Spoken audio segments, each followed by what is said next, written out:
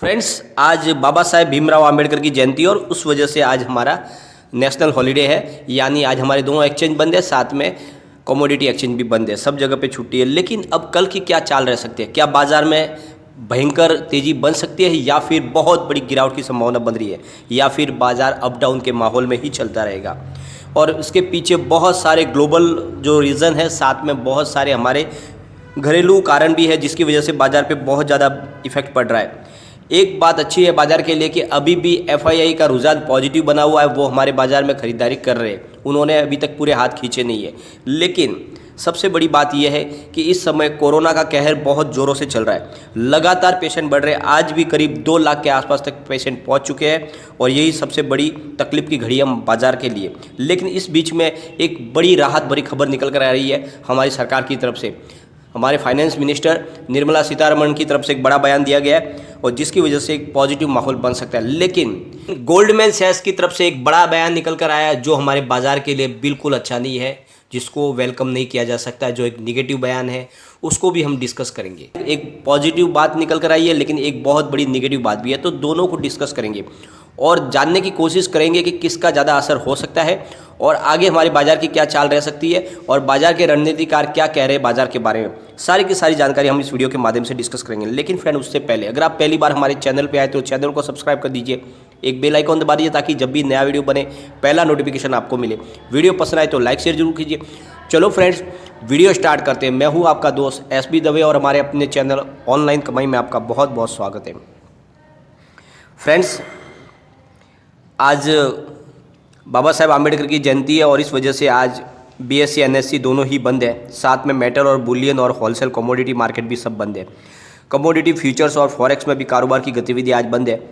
13 अप्रैल को सेंसेक्स में 660 अंकों की तेज़ी यानी 1.38% की तेज़ी बनी थी सेंसेक्स के अंदर और सेंसेक्स 48,544 पर क्लोज हुआ था।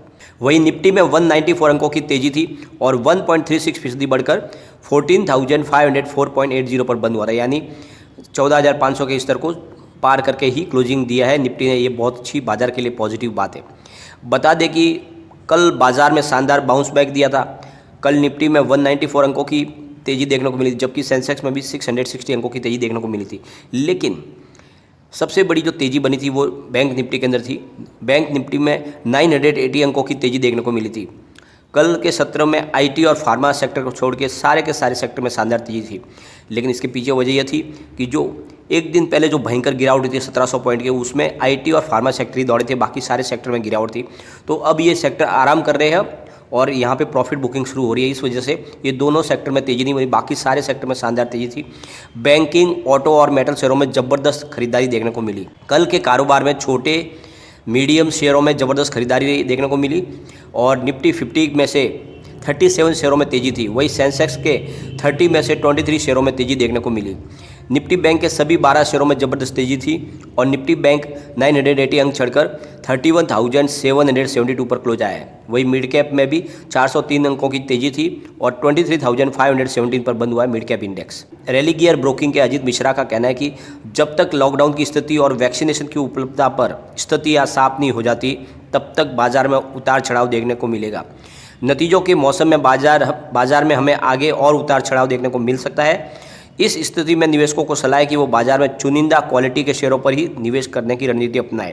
इसके अलावा विदेशी बाजारों से मिल रहे संकेत, मेटल, क्रूड की कीमतों पर भी बाजार की दिशा तय की जा सकती है। तो इस समय जो है ये सारा का सारा जो मामला है वो बहुत सारे ग्लोबल संकेतों के ऊपर, घरेलू कारणों के ऊपर डिपेंडेड है। इस समय आपको अच्छे स्टॉक में निवेश करना चाहिए, फंडामेंटली मजबूत स्टॉक में करना चाहिए और इस समय आपको छोटे स्टॉक यानी जिसको बोलते हैं हम स्मॉल कैप स्टॉक से थोड़ा दूर रहना चाहिए, क्योंकि अगर गिरावट होती है तो भयंकर गिरावट वहाँ पे हो जाती है, लगातार लोअर सर्किट लगते हैं और आपको वहाँ से एग्जिट होने का मौका नहीं मिलता है। तो ऐसे शेयरों में फिलहाल निवेश ना करें, लेकिन अच्छे फंडामेंटली स्ट्रॉन्ग और लार्ज कैप शेयरों में निवेश का मौका आया हुआ है। काफ़ी नीचे प्राइस में आपको वापस मिल रहे तो अच्छे शेयरों में खरीदारी की जा सकती है।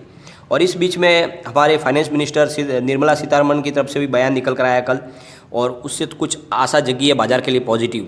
कोरोना के बढ़ते मामलों के बीच में वित्त मंत्री निर्मला सीतारमण ने मंगलवार को ये बात साफ की है कि सरकार पूरे भारत में बड़े स्तर पर लॉकडाउन नहीं लगाएगी।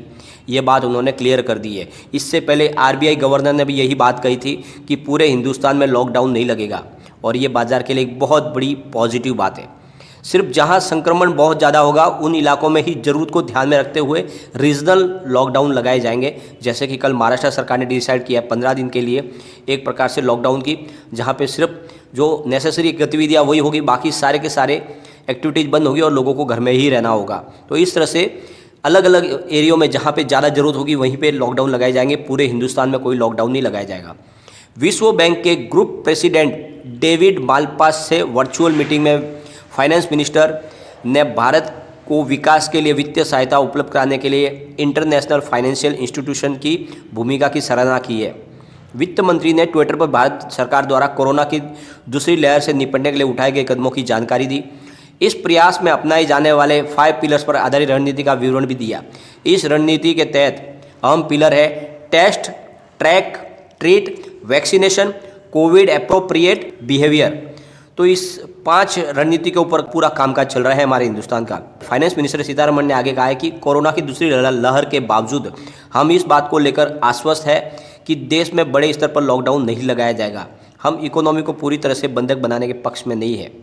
कोरोना की दूसरी लहर से निपटने के लिए पेशेंट को उसके घर पर आइसोलेट करने, उसके घर में ही उसको क्वारंटाइन करने जैसी तरीकों से ही समस्या से निपटा जाएगा। विश्व बैंक के आधिकारिक बयान के मुताबिक इस वर्चुअल मीटिंग में मालपास और सीतारमण ने विश्व बैंक ग्रुप और भारत की भागीदारी के बीच चर्चा हुई। बैठक में सिविल सर्विसेज के हालिया प्रोग्राम्स, फाइनेंस सेक्टर के रिफॉर्म, जल और स्वास्थ्य से जुड़े संसाधनों के प्रबंधन पर चर्चा हुई। और इसके अलावा इस बैठक में भारत के कोविड-19 से निपटने के प्रयासों और वैक्सीन के उत्पादन की क्षमता को लेकर भी चर्चा हुई। मालपास ने इस बात पर जोर दिया कि वर्ल्ड बैंक ग्रुप कोविड-19 के खिलाफ लड़ाई में भारत को सहयोग देने के लिए प्रतिबद्ध है और दोनों मिलकर गरीबी उन्मूलन और आम लोगों की जीवन की सुरक्षित करने के लिए आगे काम करते रहेंगे। तो एक बड़ा पॉजिटिव बयान दिया है निर्मला सीतारमण की तरफ से कि पूरे हिंदुस्तान में लॉकडाउन नहीं लगाया जाएगा, लेकिन फिर भी जो कोरोना बढ़ रहा है वो बहुत ज़्यादा घातक है। और इसी बीच कोरोना की दूसरी लहर भी इकोनॉमी के लिए मुश्किल लाती नजर आ रही है। अमेरिकी ब्रोकरेज कंपनी गोल्डमैन सैक्स ने चालू वित्त वर्ष 2021 से लेकर 22 के लिए भारत की वृद्धि दर पर अनुमान 10.9% से घटाकर 10.5% कर दिया। इसके अलावा ब्रोकरेज हाउस गोल्डमैन सैक्स ने शेयर बाजार और आमदनी के अनुमान में भी कमी की, यानी उनके हिसाब से मार्केट में भी जो मार्केट में जितनी बढ़त की संभावना थी उसमें उन्होंने कमी कर दी है। गोल्डमैन सैक्स ने 2021 के लिए भारत के वास्तविक जीडीपी के वृद्धि में अनुमान को 10.9 से घटाकर 10.5% कर दिया है। ब्रोकरेज कंपनी का अनुमान है कि इससे जून तिमाही की वृद्धि भी प्रभावित होगी और गोल्डमैन सैक्स ने इसके साथ 2021 में आमदनी में वृद्धि के अनुमान को भी 27% से घटाकर 24% पर कर दिया है, यानी आम आदमी की जो कमाई है उसमें भी 3% की कमी हो गई है। और ब्रोकरेज हाउस का कहना है कि अंकुशों में ढील और टीकाकरण की रफ्तार बढ़ने के बाद जुलाई से पुनरुद्धार फिर से शुरू होगा, यानी उनका कहना है कि ये जो वापस अभी जो रफ्तार बढ़ेगी वो जुलाई के बाद ही बढ़ सकती है। और ब्रोकरेज फर्म की ओर से कहा गया है कि भरोसे का संकट शेयर बाजार में दिख रहा है। निफ्टी में सोमवार को 3.5% का नुकसान हुआ है और गोल्डमैन सैक्स ने अपनी दूसरी यानी जून तिमाही के वृद्धि अनुमान को भी कम किया है। हालांकि उसने इसका कोई आंकड़ा नहीं दिया है। हालांकि नोट में उम्मीद जताई है कि इन सब चीज़ों का कुल असर मामूली होगा क्योंकि अंकुश कुछ क्षेत्रों में लगाए जाएंगे। तो इस तरह से उन्होंने एक निगेटिव थोड़ी सी हमारी वृद्धि पे धारणा दी है, लेकिन फिर भी सारा का सारा दारोमदार है अभी जो वैक्सीनेशन के ऊपर होगा।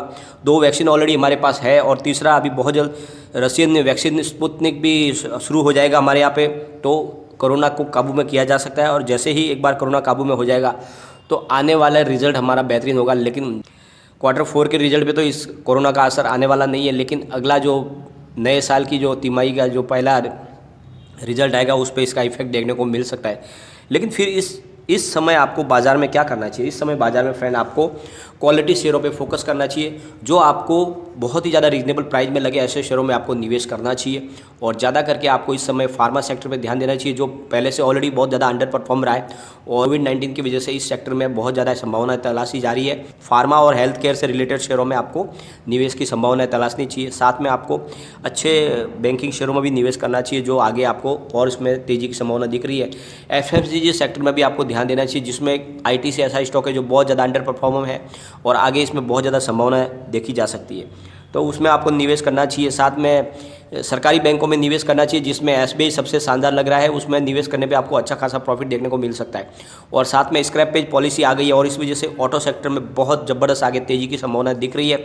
आपको ऑटो सेक्टर में निवेश करना चाहिए। और ऑटो सेक्टर में सबसे जो शानदार खिलाड़ी जो दौड़ता हुआ घोड़ा हमें दिख रहा है वो है टाटा मोटर्स।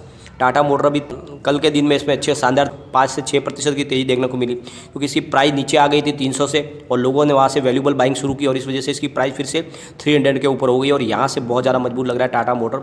आप इसमें निवेश कर सकते हैं, तो आने वाले समय में आपको बहुत ही अच्छा प्रॉफिट मिलेगा, क्योंकि स्क्रैप पेज पॉलिसी के तहत उन्होंने 2-3 जगह पर अपने बड़े से स्क्रैप यार्ड भी जगह चूज कर ली है और वहाँ से अभी उनका कारोबार शुरू होने वाला है। तो बहुत जल्द उनकी जो कॉस्टिंग में भी कमी आएगी, क्योंकि स्क्रैप के तहत उनको बहुत सारा मटेरियल मिलेगा और इस वजह से कारोबार में बहुत ज़्यादा वृद्धि होने वाली है। तो इस समय आप ऑटो सेक्टर में निवेश कर सकते हैं।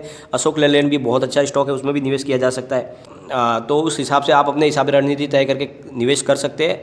लेकिन एक बात का खास ध्यान रखिए, इस समय आपको बड़े स्टॉक में ही ध्यान देना है, छोटे शेयरों में ध्यान न दें, क्योंकि बाज़ार की दिशा बिल्कुल अभी तक क्लियर नहीं है और इस समय वहाँ पे फंसने की पूरी संभावना होती है। लेकिन फ्रेंड, कोई भी इन्वेस्टमेंट करने से पहले अपने फाइनेंशियल एडवाइजर से एक बार एडवाइज ले ले या अपना खुद का रिसर्च करें, क्योंकि मैंने वीडियो आपके एजुकेशनल पर्पज़ के लिए ही बनाया है। वीडियो पसंद आए तो लाइक शेयर जरूर कीजिए और चैनल को सब्सक्राइब कर दीजिए। Thank you friend.